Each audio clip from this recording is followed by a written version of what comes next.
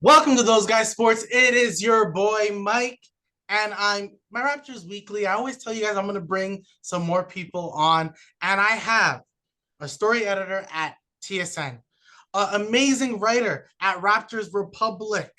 If you want your Raptors reaction, go to this guy. A guy that you will listen to on many podcasts, especially a good friend of mine. Sometimes I say I'm like the Black Sean Woodley on Lockedon Raptors. This is Jamar Hinds. How are you, buddy? That was a hell of an intro. I'm doing good though. How are you? Good. I try to do good intros. I think if I can keep anyone here, I got to do a good intro. I got to make sure everybody knows who I'm speaking to. So we're gonna talk Raptors. We'll probably talk some NBA as well. When Sure. we were doing this, and when I messaged you that if we can do this pod, and then we're seeing the schedule, the Raptors schedule, and I'm like, okay, they're facing the Bucks. We're probably gonna talk about the Bucks game. And then I seen Giannis is out. Okay, I'm smiling. I don't want no player to get hurt. But when I see Giannis is out, I'm smiling a little bit. And then we lose by 20. Jamar, tell me what happened. Well, the Raptors have a problem lately at getting off to good starts. I mean, if you count the first couple of minutes, they started the game up 8-2, and then all hell broke loose after that. So it was the fourth time in the last 5 games that the Raptors have been down 20 plus. Right. That's not a great recipe for success. And obviously, you saw the comeback down 22 against San Antonio about a week ago. You saw the comeback down 23 against the Wizards on Monday, which was hilarious because that was my first game I had covered in person, and that was a hell of a game to cover in person. So I feel like I got the full Raptor experience all in one game, just the frustrations and how they can come out of nowhere.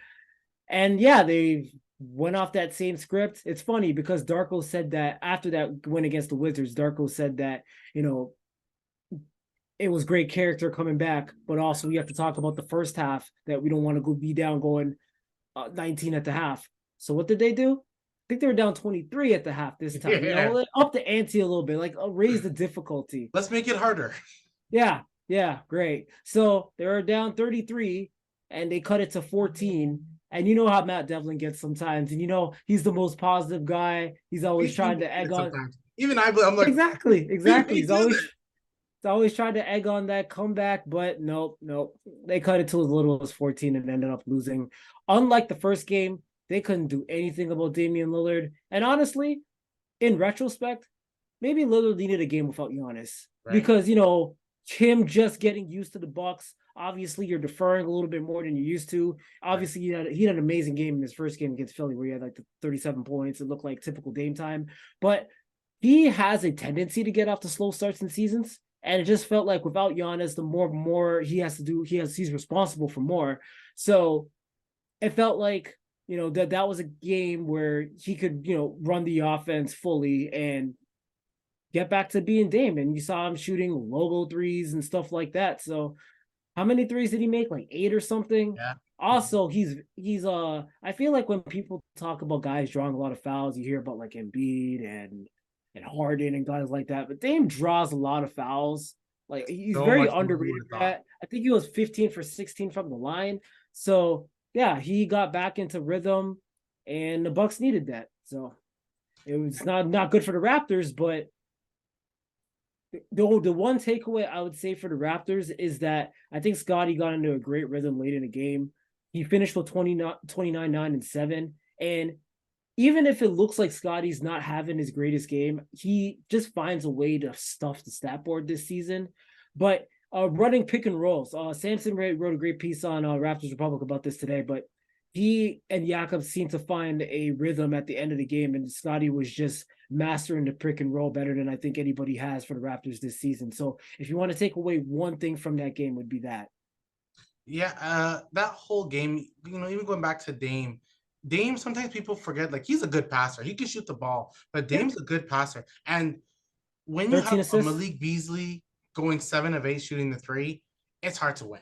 It really is. When you have another guy just shooting the three consistently and you don't have anyone who can do that at a consistent level, No. It's hard to win those games.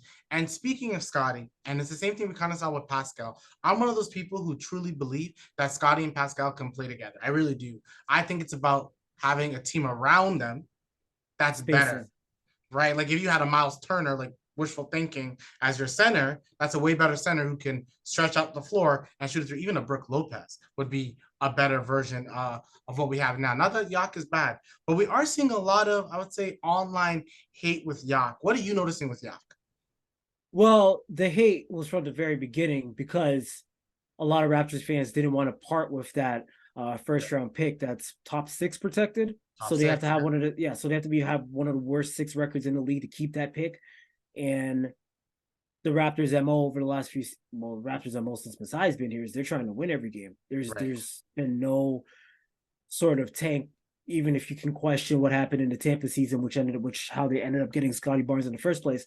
But normally that's their MO to win every game. So it's like this, it feels like there's too much talent on this team to be a sixth, like being the bottom six.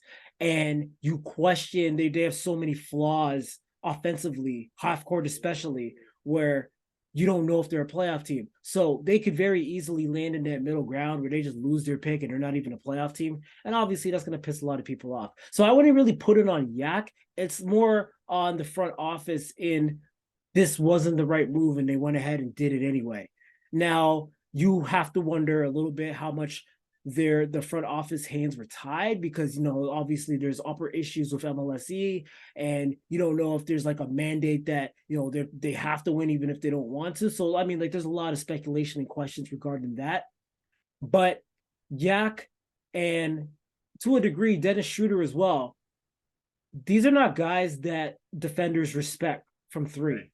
So when you talk about a Scotty and Pascal, and I'm with you, they can play together. We've seen them when it was better spacing a couple seasons ago, Scotty's Rookie of the Year season. They took turns tag teaming going off. And that was when like they had the opportunity to do that because that was when a guy like OG was out or Fred was in and out and kind of breaking down and guys were in and out. So it was on them. Right. They've played well together before, but the problem is Scotty and Pascal are also at this point non-shooters, although Scotty's having a better shooting season. It's been not as good from three lately, but everybody, I believe. Yeah, it was up in the 40s, but obviously I don't think that's sustainable. But everybody I've mentioned, defenses will not respect from behind the arc, so they're going to cave in. I remember commenting live one possession last game. I can't remember the possession, but literally all $5 were in the paint, and I tweeted about it, and I was like, "Yo, this is like the 1980s. Like, they're not even venturing outside the paint. I'm like, what is this?" Yeah. So the only guy in the starting lineup that stretches the floor is OG, and then you have Gary off the bench. Grady, his mechanics, I love his shot mechanics, but right now the threes are not falling, so teams can get away with even giving him a little bit of space. So really, I'm mentioning two guys. Malachi Flynn is having a good shooting season, so 2.5 guys who can stretch the floor for you a little bit in today's NBA. And I know the Raptors won that game against the Wizards making 4 threes, but how often is that going to happen? It's probably never going to happen. So the spacing is, and this has been detrimental to Siakam the entire time he's been the Raptors' number one option, is that he hasn't had the ideal team to work with in terms of giving him space to operate in the mid-range area, driving. Like you look at all the space, and I know, obviously there's guys that there are other worries on the court. I'm talking about the 2019 Raptors when he kind of broke out. Yeah, obviously Kyle could space the floor. Kawhi was just a monster everywhere. Gasol could space the floor. Danny was second in 3-point percentage, like 45%. So he had a ton of room to operate, to do all his spin moves and stuff. How often do you see that now? You can't, because he doesn't have the room to do it. As soon as he drives, he's got help. So to Scotty's credit, he started this season amazing, especially in the mid-range, which I was not expecting. But yeah, when we're getting back to Yak here, which was your original question, it's just like he and Dennis, they kind of bog up the middle, and it's not to their fault. It's just, we've been saying it the last couple of years, roster construction.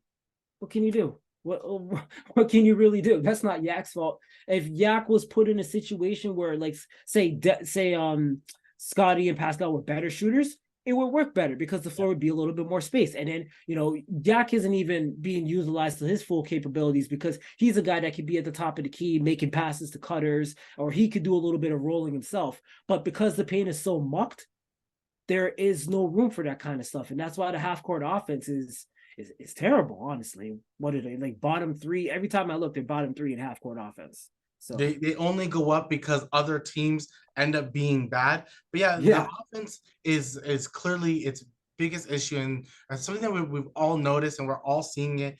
You both agree. Those two guys can work together. It's really out there. It's like if back in like you were saying, when Pascal was at his best is when we had a center and Marc Gasol. If he didn't have Marc Gasol, he had Serge Ibaka, two guys who can space the floor and shoot the three. Right now, we don't have guys like that.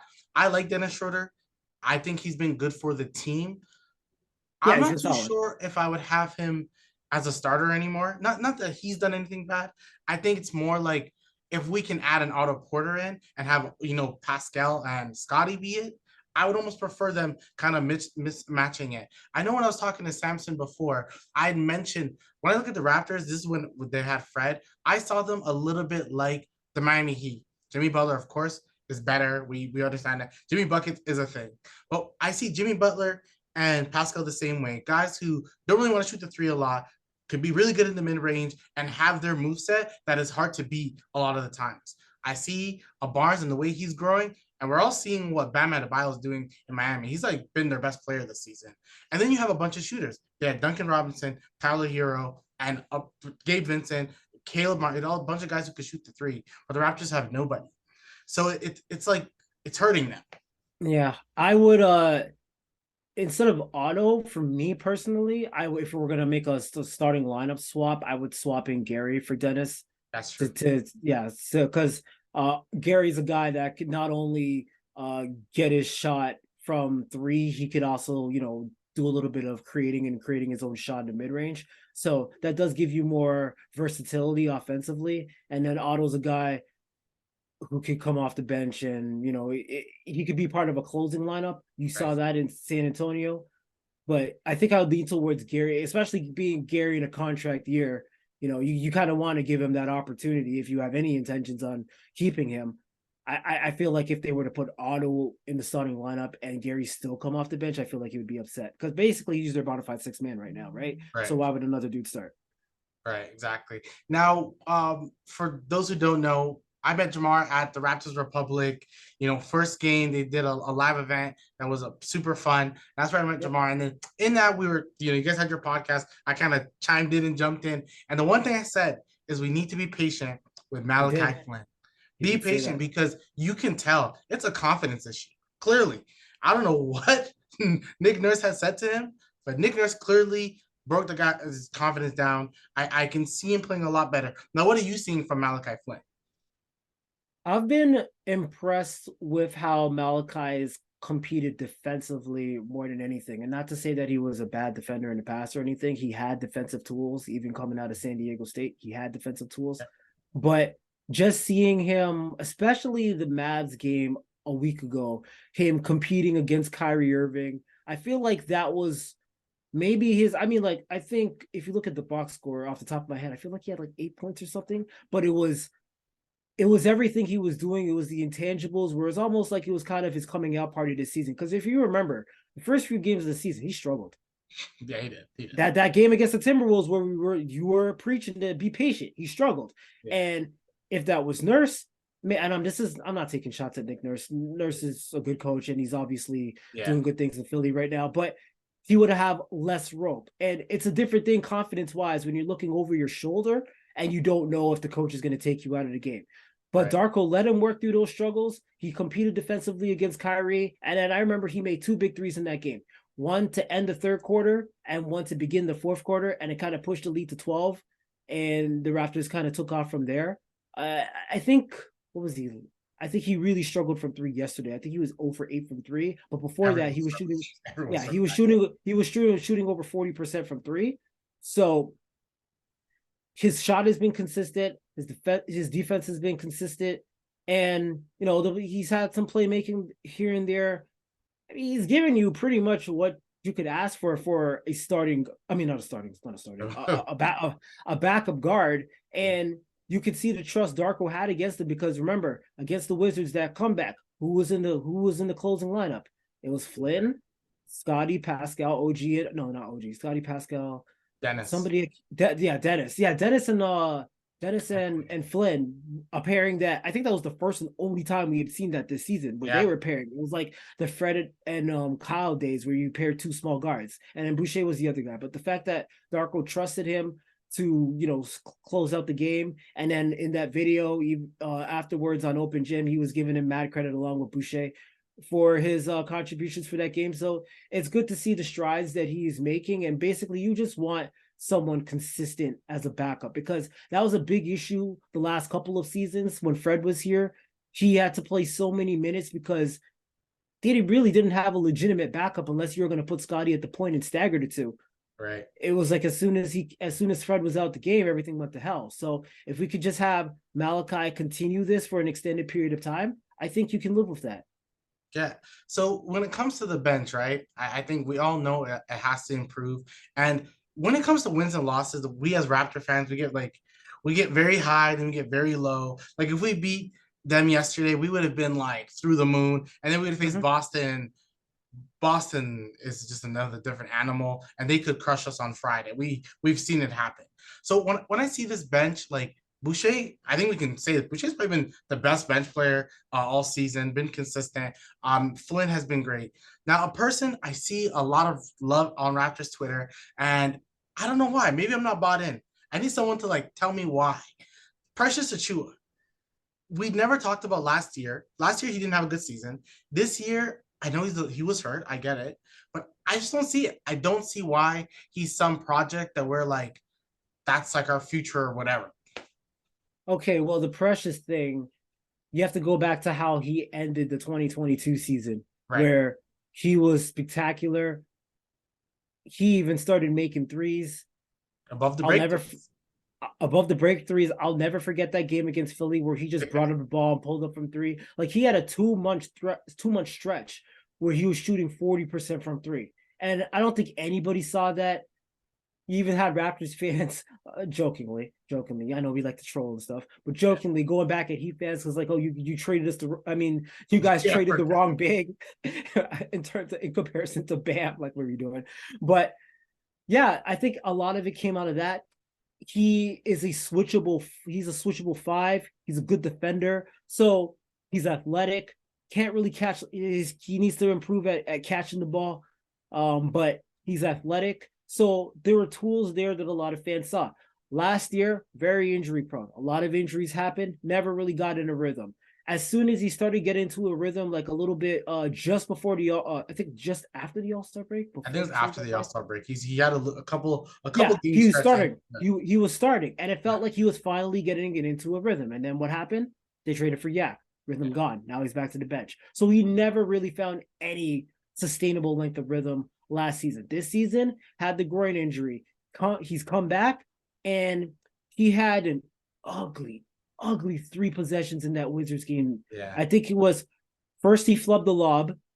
It was back to back to back as well. First he flubbed the lob. Then he threw a bad pass. Then I think Siakam tried to feed him in the paint, and he bobbled that away too. Yeah. And that was during the point where the Wizards were just killing them, and then they ended up taking a 20-something point lead. And it's just he had some moments in that game afterwards. Like he jumped the pass for a steal in the backcourt and threw it down, and that was kind of part of the comeback. So it's like you're seeing the good and the bad, but you got to see a lot more good than bad. And I guess he's just gonna keep getting rope to kind of like get him out of his own little funk. And I just want to see him play.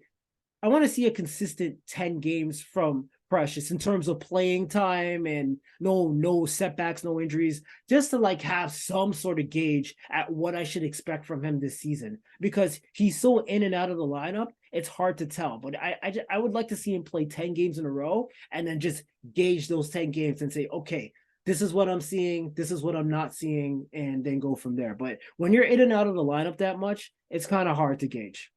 Right. And that's why, like, I said it last year.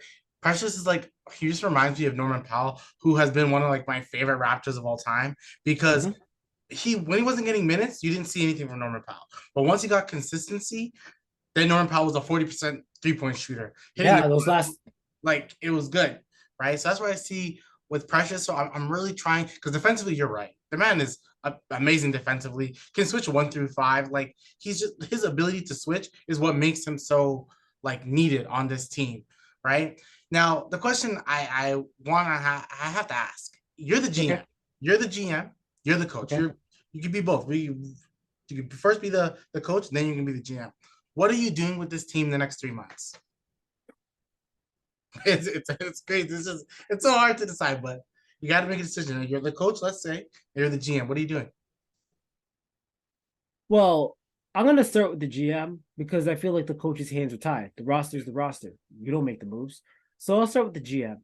I think the first thing I'll do, and I think the first thing fans would want to do, is make a decision regarding Pascal. Because the last 6 months have been really, really weird. Are you keeping him? Are you trading him? Are you extending him? What are you doing? Like, Yeah. I feel you can't tell me that hasn't affected him in some sort of way, Right. especially when it felt like it maybe indirectly, but it was definitely painted that way. And during media day, when it felt like all the selfish narrative, it felt like all of it was being thrown at him, like he was the scapegoat for all of that. Now that for Fred's on the Rockets, it felt like he was the next guy to be the scapegoat. And you've already seen it a lot this season, where online you'll have your Pascal stands versus your Scotty stands. Apparently, we can't have two good players on the same team. Makes no sense to me. Makes no They sense. gotta fight. Why are we fighting this? I don't get it. So the first thing I'll do is make a decision regarding him. Would I trade him? No, I wouldn't trade him. And I would see if I could extend him.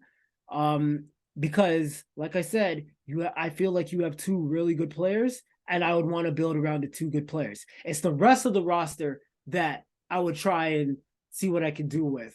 No, what other moves would I make as a GM? It's hard because Jakob is tied up. He just got a fresh contract. What do you do with Gary? Is that, I mean, how much would you think he would command? I And think now his the want of Gary is so much lower now because he was scoring 16 points a game last year. He's scoring right, like yeah, and he's going he hasn't been consistent. He started out in a little bit of a slump, and then he had the plantar fasciitis injury, and that's a tough one because that's one that can linger. That could linger right, for months. right. So you really wonder what kind of season he's going to have, because it feels like, and I don't want to speculate, but it feels like that's a type of thing that could make you be inconsistent for an entire half of a season. And obviously, Right. if that happens, the money He's that he getting a wants 1 in year the deal. offseason, He's probably it's getting a going to 1 year drop. deal. It's Yeah. going to drop. I'm just going to try and keep as many shooters as possible. I would try to keep Gary around. The bench needs to be filled with more shooting. The Yak thing makes this extremely tough. Like do you do a 180? Do you trade him to see if you can get more shooting? I mean, that's something that could be looked at. Right. And then they're bringing in supporting casts who can shoot. Like, stop bringing in projects from shooting from the behind the arc, like Jalen McDaniels, I think that's why we're all frustrated. Kelly Oubre was because there. it's bizarre because I was hearing the intrigue about McDaniels. Oh, he's a guy that can be versatile defensively. Yeah, cool. We have a few of those guys already. And then when I started hearing talk about him as a shooter, I got lost because he just look at his stats. He's making less than a 3 a game, Yeah. and it's like in the 30s. So it's like that's not the Raptors haven't brought in a legitimate shooter like from free agency in a while. I think I got to go back to like CJ Miles. Right. Legit. And then they got Danny Green in a trade, right? So, but it's been a while where you brought a guy where you could. The Raptors report Twitter account brought this up earlier. It's like it's been a while where you look on Basketball Reference. Oh, they signed this guy, and you look at their stats. It's like, okay, well, this season they shot 40% from three, and that season they shot 40% from three, and blah blah blah. So, oh, we got a consistent shooter. When was the last time they've done that? They Like haven't, Otto and it's just Porter is somewhat the closest, but he didn't play yeah, last season. actually, right, and sometimes sometimes honestly, my bad. Sometimes I actually forget because about Otto Porter because he only played 8 games last season, and he's a guy that's also consistently injured. Like the Warriors got 60 something games out of him, I and they got to thank their lucky stars because he was huge in that championship run. started. But it felt like, other than that season, over the last like 5 seasons, he's been very out of the lineup. So sometimes when I'm talking about not getting a shooter, I completely forget about Otto Porter Jr. But you need more because he's so not in the lineup. And it's just they just got to do something to address the shooting. And if that means trading Yak to do it and go back in the day before they got Yak, when we were complaining about not having a center every game, like if that's what it takes to space the floor, and maybe you give Precious a nod at starting a little bit to see where that goes, to see what his potential is. Like if that's what it takes, maybe they do that, because it feels like their hands are so tied right now behind these contracts. You don't really know what to do. If you could do that and do the swap with Dennis and Gary, and then obviously that means Scotty's going to be running a lot of point. Like if you can just figure out the lineup a little bit, and I guess now I'm playing the coach part, that could help the spacing and that could help bring out Scotty and Pascal's potential a little bit more. But it's just like, man, it feels like over the last 2 seasons they've done a lot to dig themselves a hole, and it's like whether it be draft picks or signing guys who can't shoot, with this infatuation of long, rangy defenders that can't shoot. And then we're going to end up in Knicks Heat 1999 scores of like 90 to 87 to win games, like that Bulls game earlier in the season.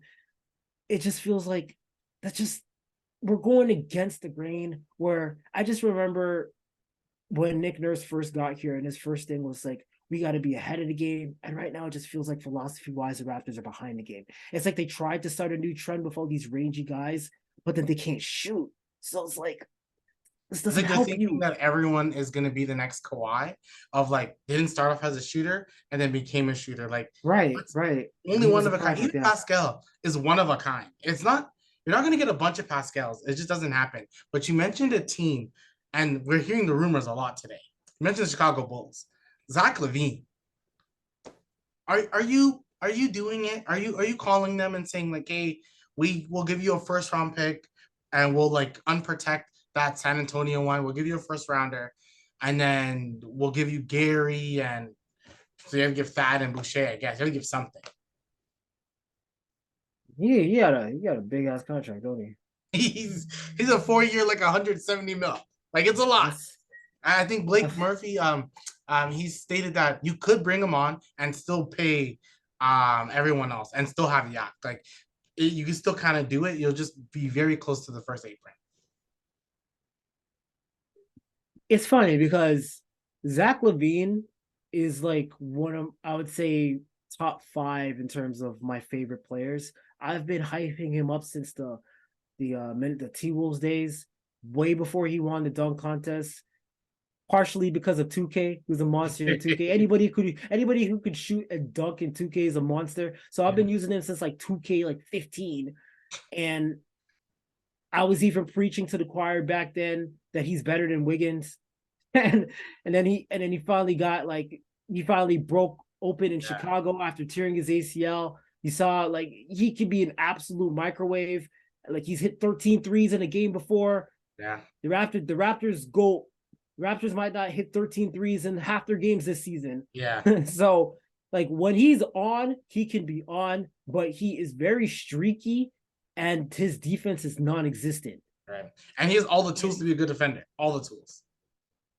Yeah, it's just the mentality right now, and it just feels like everybody in Chicago right now has kind of mailed it in. Like you look across the board, even Demar shooting in the low 40s from the field. And when it was the last? Demar hasn't done it in years, like half a decade. Demar hasn't shot that bad, so it's just like it just felt like everybody, like Chicago, they're just done. They're just They're over it. They're done. just I They're don't done. even know why they went into the season with this roster. They Makes should have no blown it up. sense. Blow it up. Like so, it's just I'm just on the fence because would you have the trio of him, Levine, Pascal, and Scotty?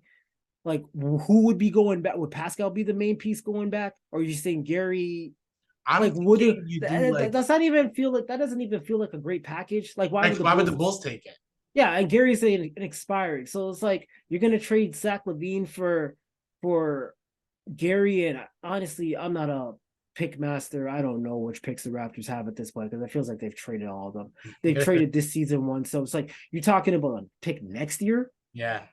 So Gary and a pick next year. It feels like that could be beaten by somebody who's serious about But if you think about it, like who can really beat it? Like everyone's talking about the Lakers. The Lakers have the one pick in 2029, and they have D'Angelo Russell and Rui. But they have to wait until like I think January to even pull that. So there's really no one else that can really pull that trigger. Maybe Minnesota. I'll say Minnesota can go crazy. Maybe New York. New York can actually. They have the potential assets to kind the of do something. Levine RJ Barrett pair would be kind of weird.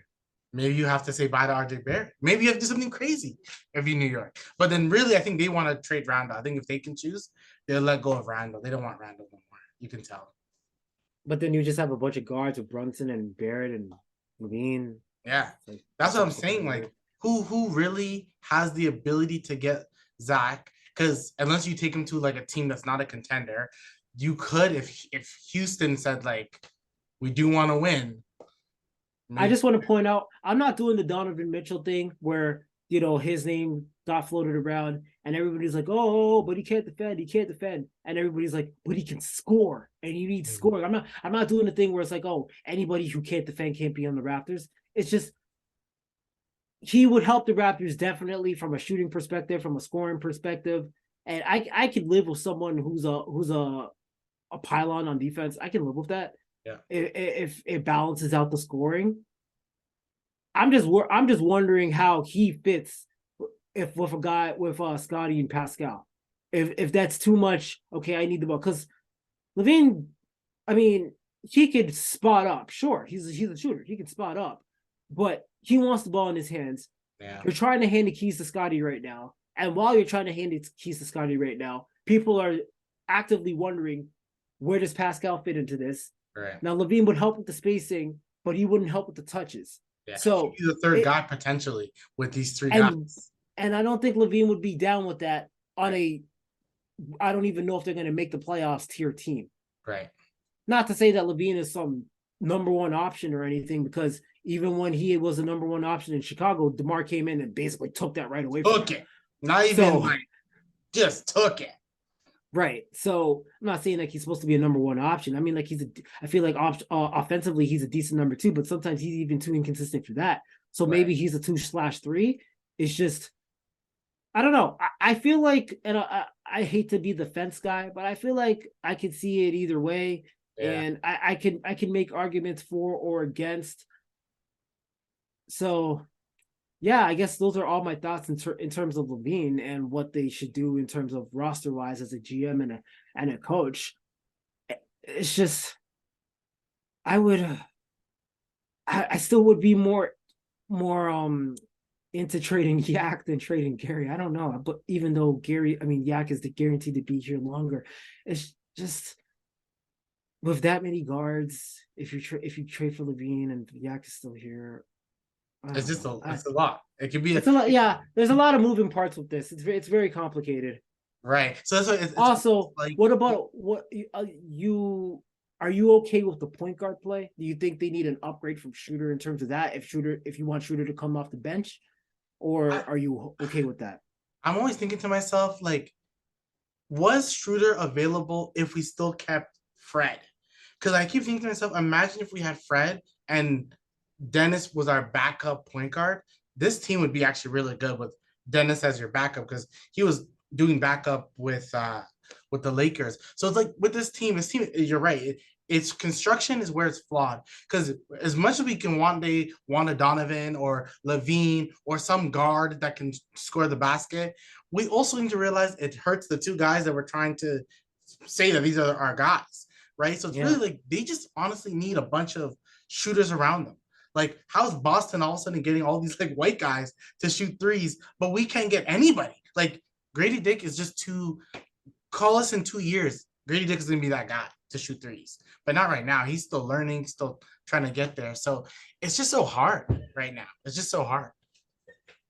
I don't honestly think you got to wait that long for Grady to start hitting threes. I mean, like I said earlier, the mechanics are great. He's doing all the little things. He's cutting. He's making smart passes. He's grabbing offensive rebounds. That win against the Wizards, he grabbed a couple of huge offensive rebounds to He's save some active. possession. He's doing all the little things. It's just when he catches the ball and he has the space, and sometimes he's hesitant to take it, which is another problem. Just gotta start making those threes. If he can get on like a little bit of a consistent tier where he's making multiple threes a game, then I can feel like he could break out a little bit in that regard. And also another thing, being in the media room over to Darko talking about it at the end of the Wizards game, they're working on him in terms of like dribbling and taking more than one dribble without picking up the ball and getting yourself in a jam. Like make multiple dribbles, see if he can get to the rim. Because we're not talking about a Kyle Korver here who's just going to run off a bunch of screens and shoot threes. He can do more than that. It's Right. just going to give him a little bit of time, but I don't think it's going to take like, I don't think he's like 2 years away, like Bruno Caboclo mode. I don't think like he's 2 years away. I feel like if he could just go on a consistent stretch, even as recent as the second half of this season, you can see a jump there. I really do. Because he's doing all the other little things. It's just the shot's not dropping. Right. Exactly. It looks like our time is about to be up because my Zoom, but I want to continue talking. So I'm gonna end it. I just kind of extended it. So we're gonna pause for a second and jump right back on. Cool? Cool. Perfect. This is the part two of this podcast. Okay, so we talked about Raptors. I want to talk about other NBA because Sure. NBA. But before the last thing, so I'm still looking at the schedule, right? And I Mm-hmm. still think the Raptors are like a 43, 44 win team because there's so much like now they face Boston, right? Their next week, they have like some back to back. Even the following week, they have a couple back to backs. And like the team that they're facing on the back to back on the second half, our teams are probably lose to. I think they have not Philadelphia. They have Giannis again on a back to back. I think they have New York on a potential back to back. Like I always feel like the schedule gods love you and then they hate you. But that's also gonna coincide with them as well. So, and then this team is a 43, 45 win team. What was really our expectations? Like, did we think they Uh, were 47, 48? Like, no, I mean, like, I think a lot of people were, it's funny. Off season, you're taking the under. Then you start to see some good things in the preseason. You kind of like Darko. You start to like, oh, you know what? This team might surprise a little bit of people. okay, Then they start 1-3 or 1-4, whatever. Especially that Portland loss, that was horrible. The Portland was winless, and they gave them their first win. They're like, okay, now we're going back to the under. Then they beat Milwaukee. They're competitive against Philly. They beat Dallas. It's like, okay, you know what? You know what? Maybe we'll go back to the over. So it's been a complete like roller coaster. Uh, in terms of over under, I believe the over under was like 36 and a half in terms of their right. wins.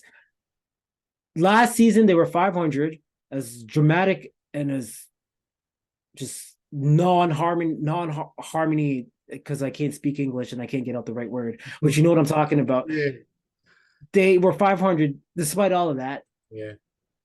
Harmonious is the word I was looking for. Anyway, Mhm. I just feel like they're kind of around the same. I wouldn't even go 44, 45. I feel like they're right around the 40 to 42 range, honestly.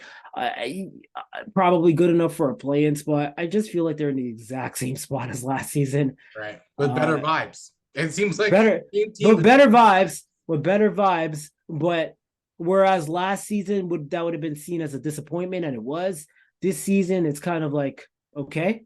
I mean, I wouldn't call it a success, but I wouldn't call it a disappointment. It's kind of like, okay, this is kind of where they're supposed to be. I don't think they're going to surprise anybody in either direction, honestly. I no. don't think the bottom's going to fall off and they're going to be, they're going to fail to win 30 games. And I don't think the roof is going to come off and they're going to win 48, 49, 50 games like they did in the 2022 season. I just think it's going to be just a middle of the road team. That's why, like, so this in-season tournament, I'm very excited about. I actually do like it. I I'm do coming think around on it. I think if they beat Boston on Friday, I do believe they beat Boston on Friday, they have a chance because then it's just Orlando, Brooklyn, and is it Detroit or something? The Orlando, Brooklyn, and Chicago. Chicago. Oh God, the thing Here's just the thing. Here's the Chicago. thing, though. I don't think the Raptors are at a point where I could overlook anybody. You just saw them lose to Portland a couple weeks ago. So Yeah. this is not the type of team where you can be like, okay, that's a win and that's a Yeah, win. yeah, it isn't. You can't do that anymore. I know we're used to doing that, but that era is over. We can't Yeah. do that. They can lose to anybody. They Now they've already beat had some them. surprises, like the Mavs were 9-3. They beat them, so they can beat some upper teams and they could raise. Except for Boston, it's just Boston seems to crush them. But other good teams, they seem to raise their level. But against these other teams that you would perceive to be lower than them, their level drops. So I can't even look at it. But like Brooklyn is, I believe is I don't know how they played against Miami, but I believe they're They were either losing at last time. 500. They're probably I think they're at probably 500. Yeah. Orlando's probably in a better situation than the Raptors, honestly, this season. So, yeah, these are not teams you can look at anymore and check off wins. So they're not the toughest teams in the world. I'm not saying that, but I'm just saying that. But after Boston in this play-in tournament bracket group, there's a massive drop off from Boston to the other four teams. Clearly. But I'm just saying, like, there's no easy game. There's no easy game, and I find it bizarre. It's kind of funny. Everybody else has played an in-season tournament game except the Raptors. We've had teams that have played 3 in-season Brooklyn tournament played 3 and we have none. Okay, CS played 3, none for us. Because they do them on Fridays and Tuesdays, and I guess there's been 8 slots in November, Friday, Tuesday, until December when you have, I guess, the knockout stages or whatever. Yeah. So I guess if they've gone this long, believe they're playing 4 in-season tournament games in the next 12 days. Yeah. So they're just gonna keep knocking them out. So kind of weird, but hey, we get to see our little in-season tournament court. What do you think about those, by the way? I do. I like them. I have a favorite one. Like them, but it is different. So I like the fact that it is different. Like I like the whole in-season tournament. People are like, "Oh, are players gonna care?" My honest opinion is players should care. I think Damian Lillard said it, and I fully agree. If I'm Damian Lillard, I'm making 38, 40, 50, close in 2 years, making $60 million. These guys, some of them, like Giannis's brother, is making like $1 million. There's another guy making like whatever. These guys can make $500,000, and I'm gonna be all high and mighty and not be able to like. No, I'm playing for these guys so they can make 500,000. Like that's not right and fair. So I hope each player would think the same thing. That's a real one would say that. That's a real one's comment. But in terms of the courts, okay, I'm coming around on the courts. There's some I actually do like. Some of the colors are weird, but I do like Utah's. I think Utah's is cool. I think the Lakers got theirs right with the gold and the purple stripe in the middle. I saw LeBron just like planting on every part of the court just to make sure it's not slippery or anything. Yeah. Courts I do not like. I absolutely hate any court that's red. It's just so hard to watch. Yeah. Chicago's was like all red. Yeah. I hope, I don't know the schedule, and they've already played in Chicago, so maybe they don't, but I hope the Raptors don't play their in-season tournament in Chicago, because I don't want to look at. I think because they face Boston and they face Orlando on Tuesday, and they have a home game stretch. So that's the 2, right? It's the 2 home games. If it's 2 games. Yeah, I don't want to see that, man. I don't want to be subjected to that. That was so hard to watch, man. I can't. All the red courts are hideous, man. I can't look at that. Also, the Wizards court makes no sense. I was on a Yahoo podcast with Amon talking about this. It makes no sense. Have you seen their colors? It's gray and teal. Yeah. They were playing the Hornets, and I'm looking at them like, this is a cool Hornets court. No, it's the Wizards court. What are you doing with teal and gray? The Wizards are a nonsense organization. They're a nonsense organization. Listen, if this was the Gilbert Arenas, Anton Jameson, Caron Butler era where they wore teal jerseys, it would make a hell of a lot more sense. Right. Even last year when they brought those jerseys back as a throwback, it would make a hell of a lot more sense. But now it's just, we just have an off-colored court for no reason when our colors are red and blue. No, I'm not. I was just complaining about red. I'm not advocating them to put red. You could do blue and red. You could make the stripe red. Right. But yeah, I find that weird. I'm a Nuggets fan. You can see here. I'm a Nuggets fan. I'm cool. Their court reminds me of the Warriors. It's the wrong shade of blue. Yeah. I don't understand why they went with that shade of blue. It looks like a Warriors court. And I absolutely hate the freaking jerseys. I hate the jerseys. I understand. I understand they want to tell you Mahai every chance they get. but jerseys look freaking weird with like 6 numbers, 5 to 6 numbers on them. Yeah. Like just a bunch of numbers. It's just like this is so weird, man. They just want us to know So, this number. It's like, why but do I? there are courts I like. There are a couple of jerseys that are okay, but and then there's others I absolutely despise. I feel like they'll be better at this next year. They'll be better with the contrast of the courts and stuff like that, especially the red ones. They got to do something about the red ones. That's hideous. Yeah. So now we're getting to the NBA topic. So I have a question. When's the Sure. last time you got choked out? What? When's, Oh, I don't know why that threw me off so much. when the last time you got choked in a ball court randomly? Like, Never been choked on a ball court. I I, mean, I can't even. I mean, like probably the last time I was in any type of headlock was like fighting with my older brother as a kid. like, so Draymond Green gets suspended for 5 games because he hates Rudy Gobert. It's clear. You hate him. Yeah, This is a he took hate. that opportunity. He took that He took opportunity. it because he's like, oh, he was trying to choke Clay. He honestly, from my vantage point, he barely touched Clay. Like he was trying to get him off. Those guys were fighting, trying to get him off. He did not let go. That was a chokehold, like legit chokehold. Now, what are your thoughts of like Draymond Green's actions? Like, do you think his suspension was warranted? Of course, warranted. Would you have given him more games? Yep, yep. I think it's time to give him more games because, like, honestly, if it were like 8, Mm. which is like an eighth of the season, like 10% of the season, if it were that, I think that would be fair. It's just the explanation afterwards was like, oh, this is for repeated acts. I'm just like, okay, so did you suspend him like one? Did you suspend him like 1/4 per act? Right. Because people have dropped all these highlights of Draymond on Twitter. It's like 2-minute highlights, and all of it is kicking dudes in the nuts. Bruce Lee kicks almost to the head. That's a bonus Grabbing one was real. That's a bonus one. curb stomping, dudes, grabbing arms of dudes in midair like Kawhi and throwing him down for no reason, poking dudes in the eye, tripping dude like Grayson Allen style tripping dudes. Like Yeah. it's just like how many times is he gonna do something messed up? And that's not even all the times he goes at the refs or anything. How many times is he gonna do something where it's just like okay? And then Gobert was on them. And a lot of people clown Gobert, but he was completely on the money. And there was a tweet about it too, where someone tweeted like a couple hours before the game. It's like, oh, Steph Curry's out. 75% Draymond does something to get ejected, finds a way to get ejected. And it didn't even take the man 2 minutes. It didn't even Like take it 2 minutes. I believe 7 of the last 10, and the fact that it's in double digits is crazy. Of the last 10, 7 of the last 10 Draymond ejections, Steph Curry wasn't playing. that's crazy. So seems kind of factual to me. Like, Like, yo, how did Rudy Gobert even know that? Like it's factual. It's there. yeah, I didn't think about that either, but now I see it. I see the stat. It ain't lying. It ain't lying. So, people clown Gobert a lot, even back for crying for not making the All-Star team. And so that's something Draymond clowned him a lot for too, a few seasons ago. But no, he was on the money with basically everything he said. And it's tiresome, man. Like Draymond even, and this one I can't fault him for being dirty or anything. It just kind of happened and was unfortunate.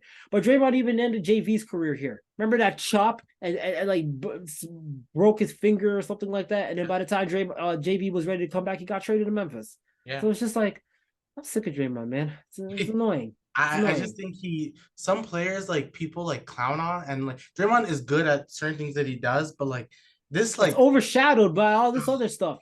it really is. But to me, the stomping on Sabonis, that's just suspending him for the whole playoffs.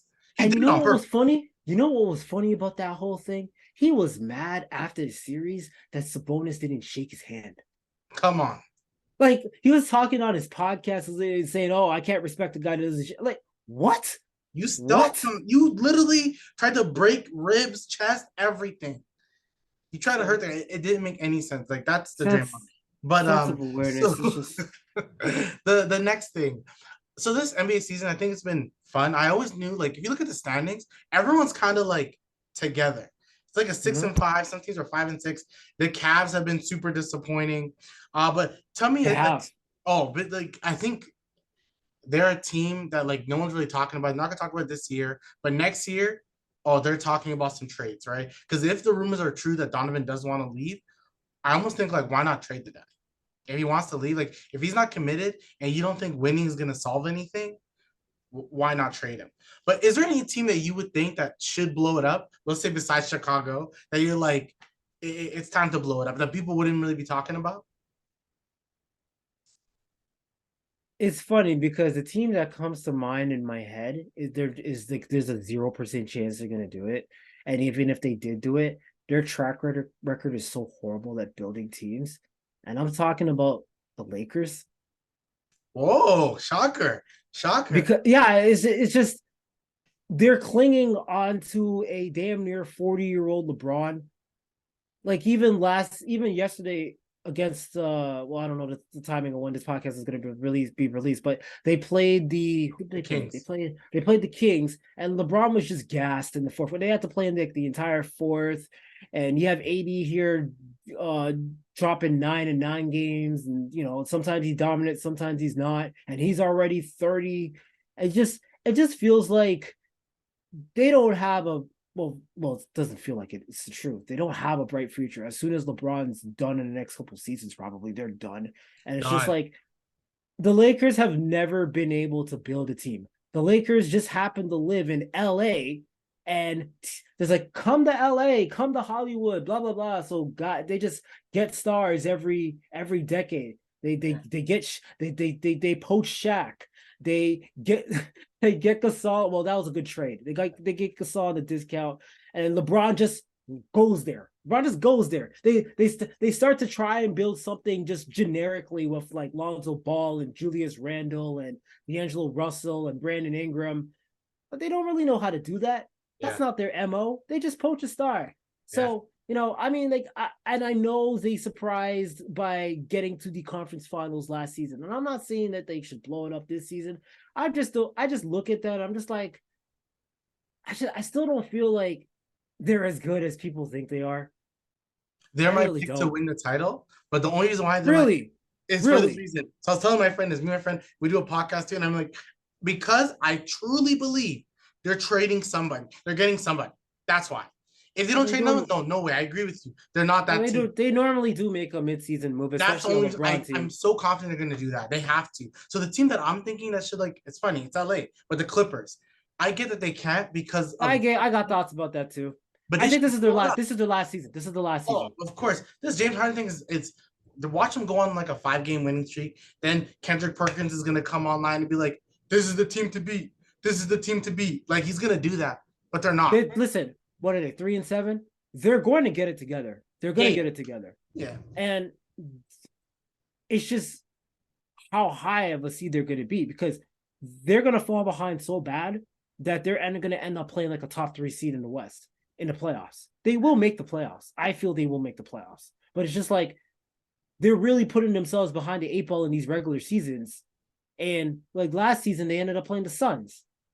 Speaking of the Suns, this is not a team that should blow up. That's not what I'm saying. But I'm starting to wonder. KD, Booker, Beal have not played a game yet together.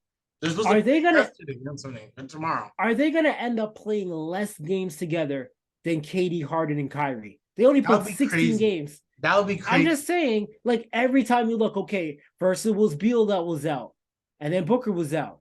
And then Beal came back, but Booker's still out. And then Booker came back, and then Beal is out. And KD is just there. And at some point, and I'm not wishing for it, but it's just been a reality over the last few seasons, something happens to KD in the season. He's not going to go through a full season healthy, right? So it's just like, how many games are they going to actually play together and gel? And it's not just the 3 of them gelling. It's the rest of the team gelling with them as well. Like, you can't go into the playoffs playing like 10 games together. You just can't. 1/8 of the season's already gone. They haven't played a single game together. We thought they were going to play together against the T-Wolves on Wednesday, and then it was reported that Beal is out. And Beal has not been the healthiest guy in the world over the last couple of seasons either. Right. Like, what did he play last season? Only like 30-something games? Now, obviously, part of that was probably just being done with the Wizards, but still, like, except Booker's not injury prone, but the other 2 are. So it really makes me wonder. I'm trying to think of somebody else in the East besides the Bulls that should probably just, nail it in. The Suns may not make it. A team that I truly think, like, I get that he's coming back in like December or something, but hey, get a top 5 pick or trade that top 5 pick for a star. The Grizzlies, tank it. This is the season. Oh, Tank it. man, Tank yeah. it. Honestly, I think the Grizzlies as a whole are a good team, but this might be the year where you're just okay. Let's just bottom out. Right, just let's bottom let's out. let's take another crack at this next year because Right, but it just feels like they have the. I think only Detroit has a worse record than the Grizzlies right now, and this is the West. Like even the Jaw comes back, it's like I just don't see it. see if you And can trade it's Marcus Smart. sad. It's sad because 2 seasons ago they were on the up and up. They were the come up team. They had the second best record in the league. The only team that had a better record than them was the Suns. They had the second best record in the league, and now they have the second worst record in the league. Yeah. That's a major drop. That's a high fall. Even last year they were the 2 seed, but the Steven Adams injury, but both the playoffs and now massive. Brandon Clark injury, massive. Obviously, we don't need to talk about Ja any further. Dylan Brooks became a scapegoat and he left. I mean, well, he didn't leave. He was told under no circumstances. We're not bringing you back. Yeah, I don't even know the validity of that, but you see him in Houston shooting over 52% from 3. But so obviously he was scapegoated a little bit, but it's just that I feel sad because I was excited for the Grizzlies. A lot of people coming up. I like to see teams come up that haven't really done all that much in their history. Like the Grizzlies have only been to one conference final and they got swept in it. Yeah. So yeah, they haven't really had that much success. So it was fun to see them on their run a little bit. But what about surprise teams? Do you think has anybody surprised you like from a positive perspective over the first little bit of the season? I think for me, so it's gonna the reason why this team surprised it's a bad team to pick up. Let me pick this bad team real quick. Your Denver Nuggets. I just want to say one thing. They're just so good. Like they're actually so good. Like you forget that Jamal Murray's not even there. It's crazy. Like even like I go Aaron Gordon is their third, not he's a third guy, but like when Jamal's there, he's like their fourth guy. Fourth guy. He was doing 20 points a game in Orlando. He's just a catch and shoot guy who plays strong defense. Like this team is so good. It's unbelievable. He couldn't have landed in a more perfect situation with a stretch 5 that can score anywhere in the court, even posting up with Jokic can do literally everything on the court offensively. Right. And then you say stretch you say that he's like a catch and shoot guy, but he's not even really doing a lot of that. And honestly, that's not really his forte at all. His forte right now, Aaron Gordon, is just being in the dunker spot. Jokic will find you. Look at the end of the Clippers game when they went small. They had Paul George guarding Jokic, and Jokic would just back down, draw someone, and then they'll just pass it around. Oh no! Look, Aaron Gordon with another dunk. Like he's just in the dunker spot waiting. It's like, okay, I'll throw it down. Oh, if I'm in the key for 2 seconds, let me step out. Let me just step back in. Here, just throw it to me. I'll throw it down. So, and defensively, he's normally him and KCP normally tag team guarding the best player. So he couldn't have found a more perfect spot. That team has been beautifully constructed. Can I give you a team that might give them a problem though? Who? And they kind of did in the playoffs last year. And that series could have easily been extended, but kind of favorable calls in the last game of the series gave the Nuggets the win. Yeah. I am giving a hard look at the Minnesota Timberwolves. And this sounds really weird. This sounds considering their history because Minnesota over their history has always found a way to screw it up. Yep. Yeah, like you have the some of them is not their fault, but that just been the way it's been. Like even going back to the 90s, you had Stephon Marbury and KG, a great duo. Looked like that was going to be your duo for like 10 years. Right. Then Stephon wants out. Then Kevin McHale gets the team forfeiting 5 first-round picks because they illegally went after Joe Smith. Crazy. Joe Smith which was crazy. You finally put together a veteran team of KG, Spree, and Sam Cassell. Now all of a sudden Spree can't feed his family. That team kind of blows up. You have one of the craziest conversations ever. Him saying I can't be my his contract. Everyone's like, what? With 27 mil over 3 years. Then you have in the early 2010s, it feels like you're onto something with Ricky Rubio and Kevin Love, especially Ricky Rubio coming off that gold medal game against the US where he looked like the next big thing. Right. I thought he was going to be the next big thing. Me too. But then both of them are injury prone. Then you have, I really love their trio, Wiggins, Cat, and Levine. and that doesn't happen. They trade for Jimmy Butler. Jimmy Butler hates Cat. Jimmy Butler wants out, and now it feels like they found some. They have something good again. The Towns Gobert pairing is a little kind of off. I feel like Towns has to kind of find himself because obviously Ant's going to be a superstar, and He's not. He's I feel him. like Gobert's found back to doing what he does good this season. It's just Cat's kind of the wild card where, especially in games of significance, he is wild as all hell. If you see him in the last couple playing games, the way he's just running around, fouling everybody, barreling over people, it's like, dude, do you have any sense of control? Yeah. So if he could just find some sort of place in Minnesota's system, you have Jaden McDaniels. Yeah. I like the other McDaniels who can defend and shoot. Yeah, Yes.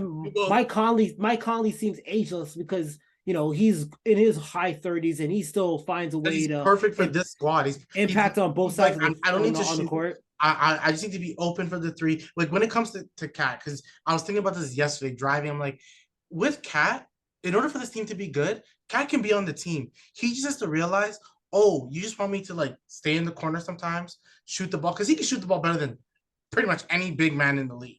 The way he shoots the ball, you just let Anthony Edwards just do whatever he needs to do on the court, and you just be there and just be active and be like present, but don't try to take over the game. Don't do it ever again. Let Ant do it. Well, I feel like Ant and Conley could do a better job of incorporating Cat, even on like some rolling plays. It's hard because Gobert's there again, spacing, Right. Raptors, whatever. But even like on some pick and pops, you talk about him being a good shooting big. I feel like they don't incorporate him enough that way, and Cat is kind of left to create his own offense. And I'm not trying to sound like some sort of Timberwolves expert, but that's just what I see. And I just feel like they could do better ways of incorporating him, mixed with Cat, being more disciplined himself. Right. A team. Sorry, I'm gonna ask this one question because this name popped in my head. Do you think anyone's paying Harden? I just had to ask that real quick.